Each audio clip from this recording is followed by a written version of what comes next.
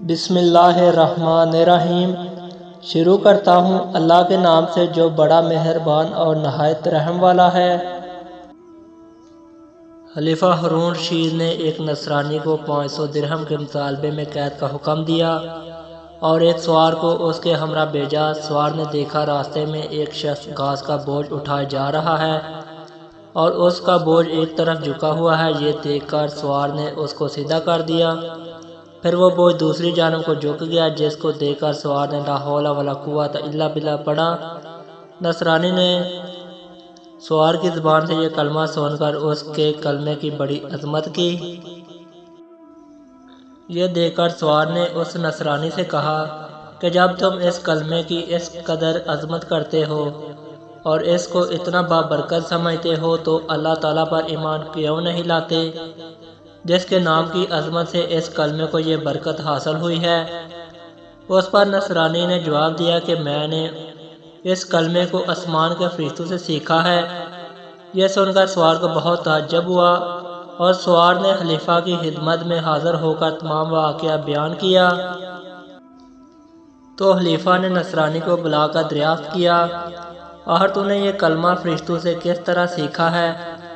تو اس نے بتایا کہ واقعہ یہ ہے کہ میرا ایک چچا بہت مالدار تھا اور اس کی حسین لڑکی تھی۔ میں نے اس چچا زاد بہن کے لیے اپنے نکاح کا پیغام دیا، جس کو میرے چچا نے منظور نہ کیا اور اس کا نکاح دوسری جگہ کر دیا۔ چنانچہ شب زفاف میں اس کے شوہر کا انتقال ہو گیا۔ میں نے پھر اس سے نکاح کی درخواست کی، مگر اس نے اب بھی میری درخواست منظور نہیں کی اور دوسری جگہ اس کا نکاح کر دیا۔ اس کا وہ شوہر بھی اسی طرح شب زفاف میں بیوی کے پاس گیا تو مردہ پایا گیا۔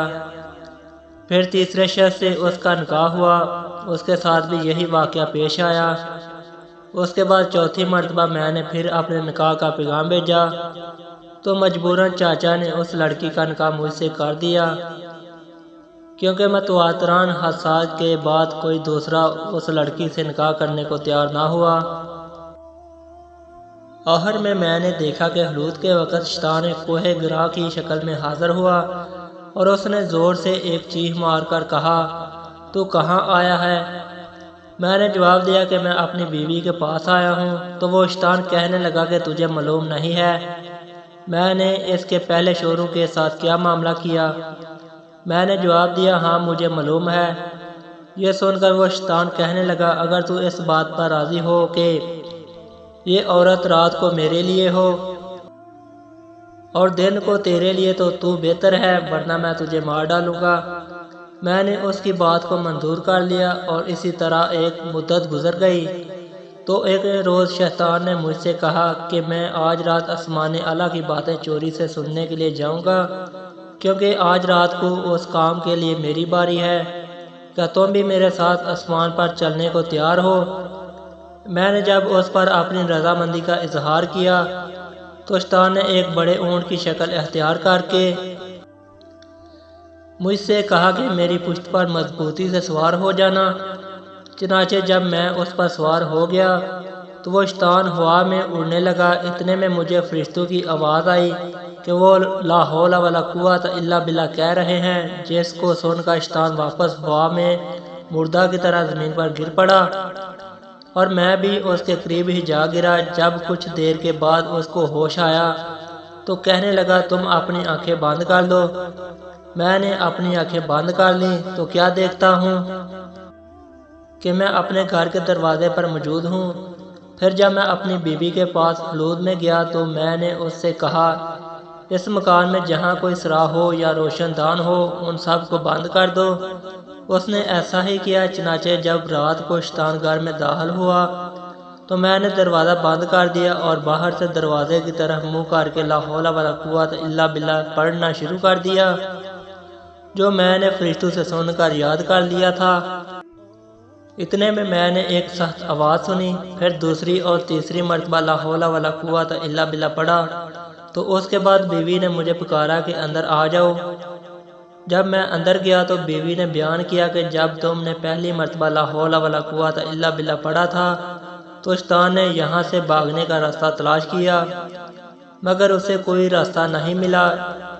جب دوسری مرتبہ تم نے لا حول ولا قوت الا باللہ پڑھا تو آسمان سے ایک آگ نے اتر کر شیطان کو گھیر لیا، اور جب تیسری مرتبہ تم نے لا حول ولا قوت الا باللہ پڑھا تو اس آگ نے شیطان کو جلا کر راکھ کر دیا، اور اللہ تعالیٰ نے ہمیں اس معلوم سے نجات دی۔ خلیفہ ہارون رشید نے نصرانی کی زبان سے یہ واقعہ سن کر اس کو آزاد کر دیا اور 500 درہم بھی معاف فرما دیے جن کے عوض اس کو قید کا حکم دیا تھا۔ یہ سب بابرکت لا حول ولا قوت الا باللہ کی تھی، جس کے پڑھنے سے یہ سب برکت ظاہر ہوئی۔ حضرت ابو موسیٰ رضی اللہ عنہ نے بیان کیا کہ ہم رسول اللہ صلی اللہ علیہ وسلم کے ساتھ ایک غزوہ میں تھے، اور جب بھی ہم کسی بلندی پر چڑھتے یا کسی نشیبی علاقے میں اترتے تو تکبیر بلند آواز میں کہتے۔ بیان کیا کہ پھر حضور صلی اللہ علیہ وسلم ہمارے قریب آئے اور فرمایا، اے لوگو، اپنے آپ پر رحم کیا کرو، کیونکہ تم کسی بہرے یا غیر موجود کو نہیں پکارتے بلکہ اس ذات کو پکارتے ہو جو بہت زیادہ سننے والا، بہت بڑا دیکھنے والا ہے۔ پھر عبداللہ بن قیس رضی اللہ عنہ، کیا میں تمہیں ایک کلمہ نہ سکھا دوں جو جنت کے خزانوں میں سے ہے؟ وہ کلمہ یہ ہے، لا حول ولا قوت الا باللہ۔ اللہ تعالی ہمیں بھی اس کی عظمت جان کر اس کی کثرت سے ورد کرنے کی توفیق عطا فرمائے، آمین ثم آمین۔